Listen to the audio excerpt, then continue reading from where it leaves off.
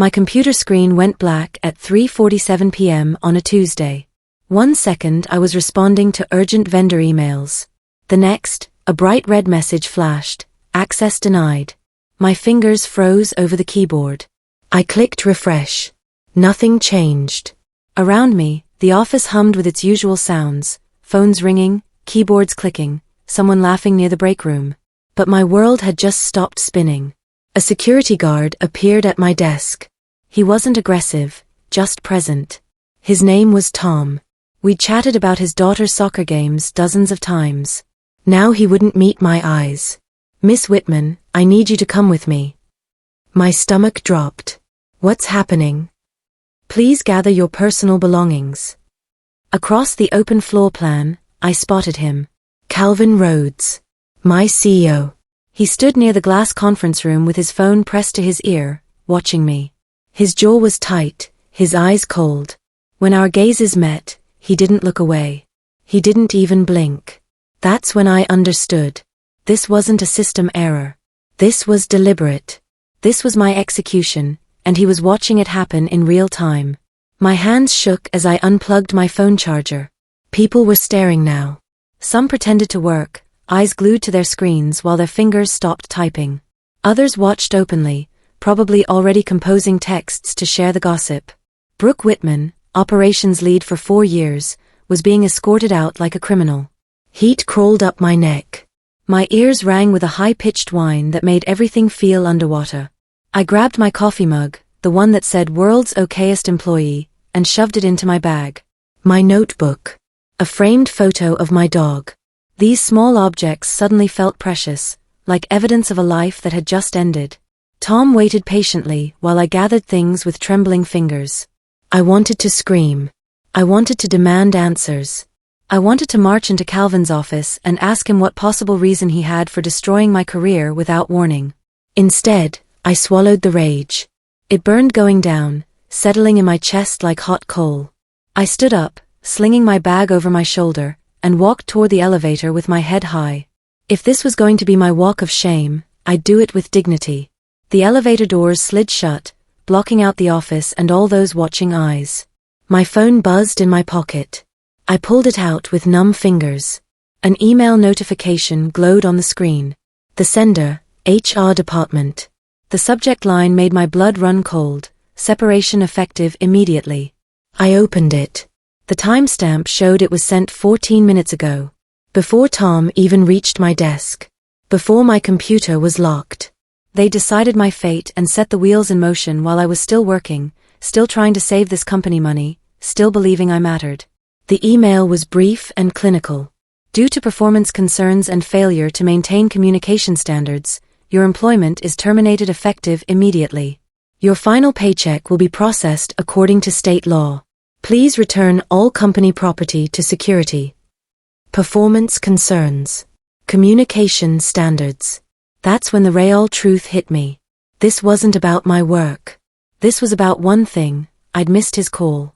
Calvin Rhodes had called me an hour ago, and I hadn't answered. That was my crime. That was enough. My name is Brooke Whitman. I'm 29 years old. I'm not the kind of person who makes waves. I'm not flashy or loud. I don't walk into rooms and command attention. I'm the person in the background making sure everything runs smoothly. The one who stays late to fix problems before they become disasters. The one who remembers everyone's coffee order and actually listens when co-workers talk about their weekends. For 4 years, I'd been the operations lead at Redstone Solutions, a mid-sized tech company in Austin. We handled data management systems for retail chains. Not glamorous, but stable. Important. I was good at my job. Better than good. I was the person who understood how all the pieces fit together, who could troubleshoot issues that left others confused, who translated between the technical team and the business side. I thought that mattered. I thought being essential meant being valued. I thought if I worked hard enough, stayed loyal enough, I'd be safe. I was wrong. I wasn't essential. I was convenient. And the moment I became inconvenient, I was erased. Calvin Rhodes was hired as CEO 11 months ago. He came from a larger firm in California with big promises about growth and innovation. In reality, he brought ego and micromanagement. He was the kind of leader who needed constant visibility into everything. Not because he cared about the work, but because he needed to feel in control. His favorite tactic was the random call. He'd phone employees at odd hours, during lunch, late evening, early morning, just to see if they'd answer. It wasn't about emergencies. It was about obedience. If you picked up immediately, you were loyal. If you missed the call, you were disrespectful. I'd answered every single call for 11 months. Even when I was in the bathroom. Even when I was at my grandmother's funeral. Even when I had the flu and could barely speak. I answered because I'd seen what happened to people who didn't. They got frozen out of meetings. Their projects were reassigned. Their ideas were ignored until they either quit or got fired. I'd learned the rules of Calvin's kingdom. And I'd followed them perfectly. Until today. The irony burned. I'd missed his call because I was in a conference room saving his reputation. One of our biggest clients, Hillside Retail, had called in a panic. Their quarterly inventory reports weren't generating correctly. Data was missing. Numbers weren't reconciling. They were threatening to pull their contract if we couldn't fix it immediately. I dropped everything and rushed into the war room with our tech lead, Felix, and our account manager, Priya. For 90 minutes, we dug through the system. I traced the problem to a recent update that had broken a critical workflow. I manually rerouted the data streams, rebuilt the broken connections, and personally walked the client through the corrected reports. They were thrilled. Crisis averted. Contract saved. I'd just protected millions in revenue. While I was doing that, my phone had been on silent in my bag. Calvin's call had come through at 2:43 p.m. I saw the missed notification at 4:12 p.m. after the client meeting ended. I'd planned to call him back immediately. I never got the chance. By then, he'd already decided I was done. The HR meeting lasted 12 minutes. Patricia from Human Resources sat across from me in a small windowless room. She was probably 45, with tired eyes and a folder clutched in both hands. She looked like she'd rather be anywhere else. "I'm sorry this is happening," she said quietly, sliding the folder across the table. "Your access has been revoked. Security will escort you from the building. You'll receive your final paycheck within 3 business days." "Can I ask why?" My voice sounded stranger to my own ears. Calm. Too calm. Patricia glanced at the door like Calvin might be standing there. The decision came from executive leadership. "I don't have additional details. I saved a major client today. I've never had a negative performance review. I need more than executive leadership." She folded her hands. "I understand your frustration, but the decision is final." I stared at her. She wouldn't even fight for basic decency. None of them would. They were all too afraid of Calvin. I signed the termination paperwork with a steady hand. Then I stood, took my folder, and walked out. That first night, I sat on my couch in the dark. My apartment felt too quiet. My dog Benny rested his head on my lap, sensing something was wrong. I stroked his fur and stared at nothing. My laptop sat closed on the coffee table. My phone buzzed with concerned messages from former coworkers. I ignored them all. Anger churned in my stomach. It begged me to do something. Send an email. Call a lawyer. Post on LinkedIn about toxic leadership. Make noise. Make him pay. But I didn't. Because something else was forming beneath the anger. Something colder and sharper. A realization that had been building since the elevator doors closed. Calvin had made a catastrophic mistake. He didn't fire a job title. He fired the person who held everything together. And he had no idea what he'd just lost. I opened my notes app and typed one sentence: "If I'm so replaceable, let's see what happens without me." Then I set my phone down and went to bed. The next morning, I woke up at 6:30 a.m. like always. For a moment, I forgot. My brain went through its usual routine: shower, coffee, check emails, plan the day. Then reality crashed back. I had nowhere to go. No emails to check. No meetings to attend. I expected panic. Instead, I felt something unexpected: calm. Crystal clear, ice-cold calm. I made coffee and opened my laptop. First, I changed all my personal passwords. Then I logged out of every company system I still had access to. Email, project management tools, shared drives, communication platforms. I didn't delete anything. I didn't sabotage anything. I simply removed myself completely. At 9:01 a.m., I closed my laptop. I'd spent 4 years building systems and processes that kept Redstone running. I documented some of it, but most existed only in my head. The small connections, the workarounds, the unwritten rules that made everything function. Calvin thought he could replace me. He thought operations were just a series of tasks anyone could handle. He was about to learn the difference between a job description and institutional knowledge. I wasn't going to warn them. I wasn't going to help. I was simply going to vanish and let the system reveal its own truth. They didn't fire a title.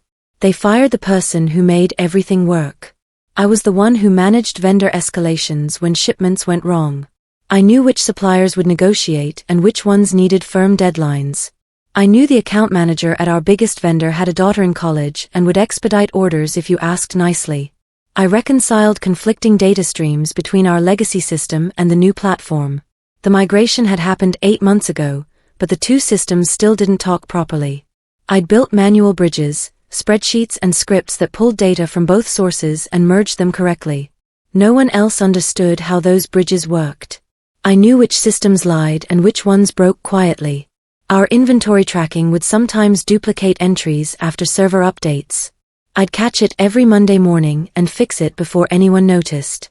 Our reporting dashboard had a bug that rounded numbers incorrectly under specific conditions. I knew to double-check those reports manually. None of this was documented, because I was always there to handle it. I was the living documentation. And now I was gone. On day 3, my phone lit up with a text. It was from Felix, the tech lead I'd worked with for years. Hey Brooke. Do you know why inventory approvals are stuck in the system? Everything's been pending since Tuesday. I stared at the message. My finger hovered over the keyboard. I could answer. I could explain that approvals route through a specific workflow that requires manual triggering every 72 hours because of a bug we never fixed. I could solve his problem in 30 seconds. Instead, I locked my phone and set it face down on the counter. The old Brooke would have helped. Would have felt guilty for leaving people stranded. Would have prioritized being helpful over being respected. But that version of me got fired for missing one call. That version of me was clearly not valued. This version knew better. I didn't owe them anything. Not my knowledge. Not my time. Not my rescue. They'd made their choice. Now they could live with the consequences. Day 5 brought another message. This time from Priya, the account manager. Quick question about the workflow rules for client data access. I can't remember how we set permissions for new users. I read the message twice. The answer was simple. There's a master spreadsheet I maintained that maps client contracts to access levels. Without it, she'd have to guess, which meant she'd probably grant too much access or too little. Either way, it would cause problems. I turned my phone face down and went for a run. When I got back an hour later, there were 3 more messages. All asking questions. All assuming I'd help because I always helped. But I wasn't their employee anymore. I wasn't their colleague. I wasn't their free consultant. I was a person they discarded without a second thought. They didn't get to use me when it was convenient. I deleted the messages without responding. Then I blocked their numbers. Clean break. No looking back. I heard through a friend still at the company that things were unraveling. A major client, Hillside Retail, the same one I'd saved the day I got fired, had escalated a complaint. Their data exports were broken again. Numbers weren't matching between systems. Reports that should have taken hours were taking days. Calvin blamed the IT department. He called an emergency meeting and demanded they fix it immediately. The IT team looked at the system and couldn't find the problem. Because the problem wasn't in the code. It was in the dozens of small manual processes I'd performed to make the automated system actually work. IT blamed operations. Operations blamed IT. Everyone pointed fingers, but no one could explain why things that used to work perfectly now failed constantly. Because I was the invisible glue. I was the reason it just works actually meant something. And now I was gone. The glue had dissolved, and everything was slowly falling apart. I imagined Calvin in his office, frustrated and confused, unable to understand why his company was suddenly incompetent. The thought made me smile for the first time since I'd been fired. They called an emergency leadership meeting on day 8. Someone pulled up my old process documentation, hoping it would save them. The problem? I hadn't updated it in over 2 years. Not because I was lazy, but because the systems had evolved so much that documentation couldn't keep up. Everything changed constantly. New vendors, new clients, new bugs, new workarounds. I'd adapted in real time, keeping everything running through experience and instinct. Writing it all down would have required another full-time job. So I'd focused on doing the work instead of explaining it. Now they were learning the cost of that decision. The documentation they had was outdated and incomplete. It told them what the system used to do, not what it currently did. Following those old instructions would only make things worse. I imagined them sitting in that conference room, passing around useless documents, growing more desperate by the minute. And I smiled. Not out of cruelty, but out of vindication. They treated me like I was replaceable. Now they were discovering I wasn't. The spiral accelerated. Missed deadlines became normal. Clients who used to receive reports on Monday now got them on Thursday. Sometimes Friday. Sometimes not at all. Duplicate orders started appearing because the system that flagged them wasn't being monitored correctly. One client received the same shipment 3 times and demanded a refund. Quiet confusion spread through the company like mold. People couldn't find files. Processes that used to take minutes now took hours. Small fires erupted everywhere, and no one knew how to put them out. Calvin's response was predictable. He doubled down. He sent angry emails demanding better performance. He implemented new check-in requirements. He scheduled more meetings. But none of it addressed the real problem. The person who understood the system was gone, and no amount of meetings would bring that knowledge back. His arrogance was his weakness. He couldn't admit he'd made a mistake. He couldn't acknowledge that firing me had consequences. So instead, he blamed everyone else and made everything worse. That was his fatal error. My first job interview happened on day 10. A recruiter from a competing firm reached out on LinkedIn. They'd heard I'd left Redstone and wanted to talk. I agreed to meet for coffee. The recruiter's name was Vanessa. She was sharp and direct. "Why did you leave your last role?" she asked, getting straight to the point. I'd practiced this answer. I kept my voice calm and factual. I was terminated after missing a phone call from the CEO while I was in a client meeting. There was no warning, no prior performance issues, and no opportunity to explain. Vanessa's eyebrows rose. She set down her coffee. That's not a reflection on your capabilities." "I know," I said simply. "But it taught me something important about leadership and culture." She nodded slowly. "We're looking for someone who can build systems, not just maintain them. Someone who understands that operations isn't about control, it's about trust. I think you might be exactly what we need." I left that coffee shop with a second interview scheduled. For the first time in days, I felt something other than anger. I felt hope. Inside Redstone, the blame game intensified. Calvin publicly reprimanded 2 managers in an all-hands meeting. He accused them of incompetence and threatened more terminations if performance didn't improve. The irony was thick. Neither manager had caused the problems. They were just visible enough to make convenient scapegoats. Morale cratered. People who'd been loyal for years started updating their resumes. The best employees began quietly interviewing elsewhere. No one wanted to be the next person fired for something beyond their control. I heard all this through my friend Jordan, who still worked there. We met for drinks, and he looked exhausted. "It's a nightmare," he said. "Nothing works anymore. Everyone's stressed. Calvin keeps blaming people, but the real problem is obvious to everyone except him." "What's the real problem?" I asked, even though I knew. "You," he said bluntly. "You were the one who made everything run. And now you're gone." I sipped my drink and didn't respond. What was there to say? They'd made their choice. Now they were living with it. On day 15, The board of directors ordered a systems review. They brought in an outside consultant to audit operations and figure out why performance had collapsed so dramatically. The consultant's name was Dr. Amir Osman. He had a PhD in organizational systems and a reputation for brutal honesty. Dr. Osman spent 3 days interviewing employees and examining processes. Then he called a meeting with Calvin and the board. Jordan managed to get notes from someone who was there. Dr. Osman had asked one simple question: who designed this dependency structure? Silence filled the room. People looked at each other, confused. Your entire operations framework is built around institutional knowledge, Dr. Osman continued. Someone created manual processes to compensate for system failures. Someone built bridges between incompatible platforms. Someone maintained relationships with vendors that kept costs down. Who was that person? More silence. Then someone from accounting spoke up. Brooke Whitman. And where is she now? She was terminated 2 weeks ago. Dr. Osman closed his laptop. Then you have your answer. That was the moment Calvin finally understood. Not that he was wrong, his ego wouldn't allow that. But that he was exposed. His decision to fire me had created a cascade of failures that were now visible to the board, to clients, to everyone. His authority was crumbling because his judgment had been proven catastrophically poor. And arrogance doesn't survive exposure. You can be arrogant when everything works. You can demand obedience when the ship runs smoothly.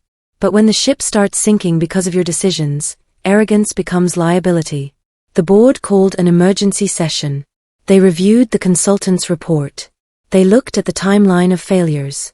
They connected the dots between my termination and the company's collapse. And they made their decision. Calvin's days were numbered. He just didn't know it yet. My offer letter arrived on day 21. The competing firm, Apex Solutions, didn't lowball me. They listened to my experience, my ideas, my vision for how operations should function. They asked thoughtful questions. They valued my expertise. The offer was stunning. 20% higher salary. Full benefits. Flexible work arrangements. And most importantly, a leadership team that actually trusted their people. The director who would be my boss, Helena Crane, called me personally. We're not hiring you to maintain systems, she said. We're hiring you to reimagine them. We want innovation, not obedience. I accepted without negotiating. Not because the offer wasn't worth more, but because I didn't need more. I needed respect. I needed trust.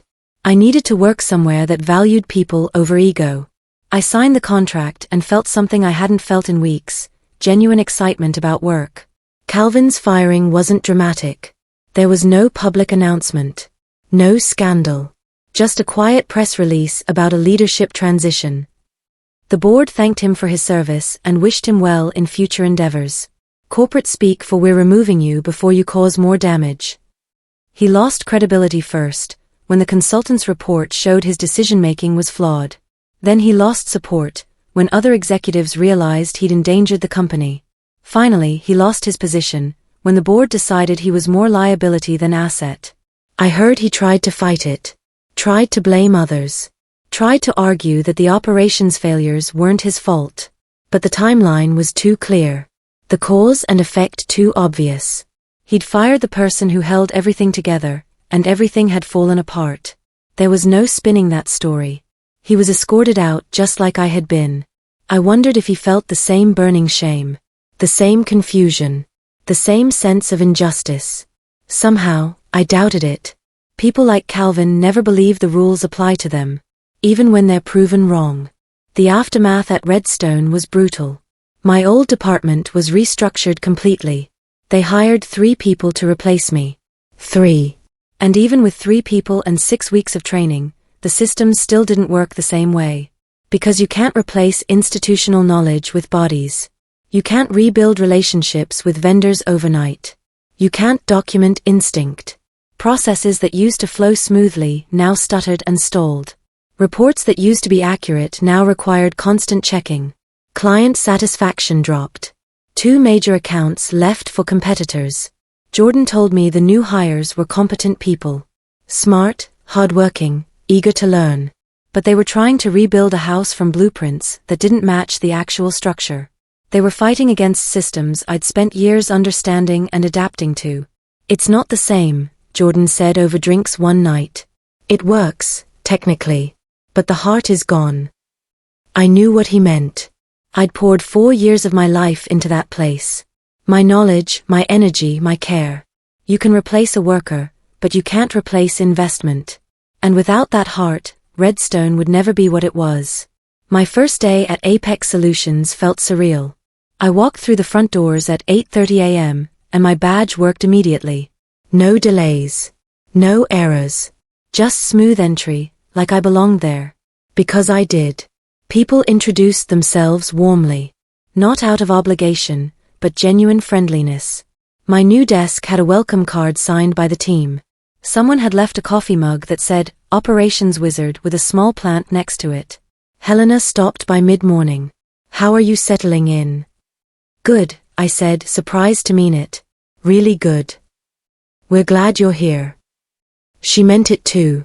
I could tell. At lunch, I sat with my new team in the cafeteria. They asked about my experience, my ideas, my thoughts on improving workflows. They listened when I answered. Actually listened, like my input mattered. Like I mattered. I almost cried. Not from sadness, but from relief. From finally being somewhere that treated people like humans instead of resources to be exploited and discarded. I learned something crucial through this experience. Power doesn't come from shouting. It doesn't come from demanding obedience or instilling fear. Real power comes from being essential, and knowing when to walk away. For 4 years, I'd been essential to Redstone. But I'd never recognized my own value. I'd let Calvin treat me poorly because I was afraid of losing my job. I'd answered every call, swallowed every insult, accepted every indignity because I thought I had no choice. Getting fired was the greatest gift he could have given me. It forced me to see my worth. It proved that I wasn't replaceable. It showed me that companies who don't value their people don't deserve them. I didn't need revenge. I didn't need to fight or argue or prove anything. I just needed to step back and let reality teach the lesson I couldn't. Sometimes the strongest response to injustice isn't confrontation. It's absence. It's letting people feel what life is like without you. 3 months after I was fired, I ran into Calvin at a coffee shop. He was in line ahead of me, phone pressed to his ear, looking older and more tired than I remembered. When he turned and saw me, his face went blank. Then something flickered in his eyes. Recognition. Maybe shame. Maybe nothing. He ended his call. Brooke. Calvin. Awkward silence stretched between us. I could see him searching for words. An apology? An excuse? A defense? I heard you landed at Apex, he said finally. I did. That's good. I'm glad. I nodded. I didn't need his approval or his regret. I didn't need anything from him anymore. For what it's worth, he said quietly, I made a mistake. I looked at him. Really looked at him. He'd lost weight. The arrogance in his posture had softened into something smaller. Defeat, maybe. Yeah, I said. You did. I paid for my coffee and left. I didn't look back. Because this wasn't about him anymore. It never really was. This was about me learning that my value didn't depend on people who couldn't see it. That I didn't need to fight for respect from people who wouldn't give it. That sometimes the best revenge isn't staying to prove your worth, it's leaving and letting them finally feel your absence. I didn't ruin Calvin. I didn't have to. I simply stopped holding everything together and let the system reveal the truth. And the truth was devastating enough on its own.